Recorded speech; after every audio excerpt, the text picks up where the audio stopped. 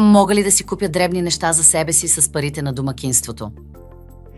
Твърде малко пари за пазаруване.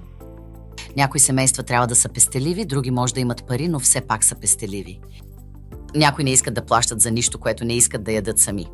Затова няма общи правила, винаги зависи от конкретния случай. Според договора обикновено се включва кетъринг. Особено при специалните диети, тази храна не винаги е вкусна за болногледача.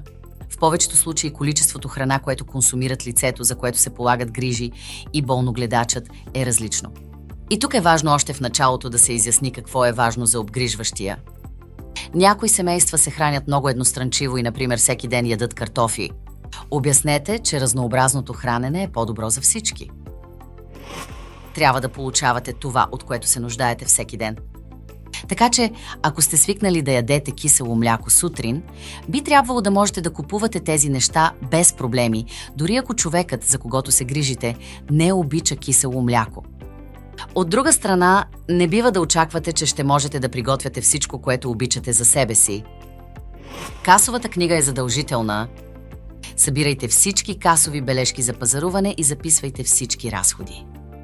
Обърнете внимание на наличния бюджет на домакинството и не предявявайте неподходящи искания. Обсъдете със семейството си какво е важно за вас при храненето и пиенето, за да можете да работите добре през деня. Какво да правим, ако семейството не дава достатъчно пари за домакинството? Покажете им касовите бележки. Поговорете с семейството за това. Може би вашата агенция може да ви помогне в това. Опитайте се да увеличите бюджета заедно с вашия колега. Можете също така да намерите информация в интернет за това колко харчи човек за храна всеки месец.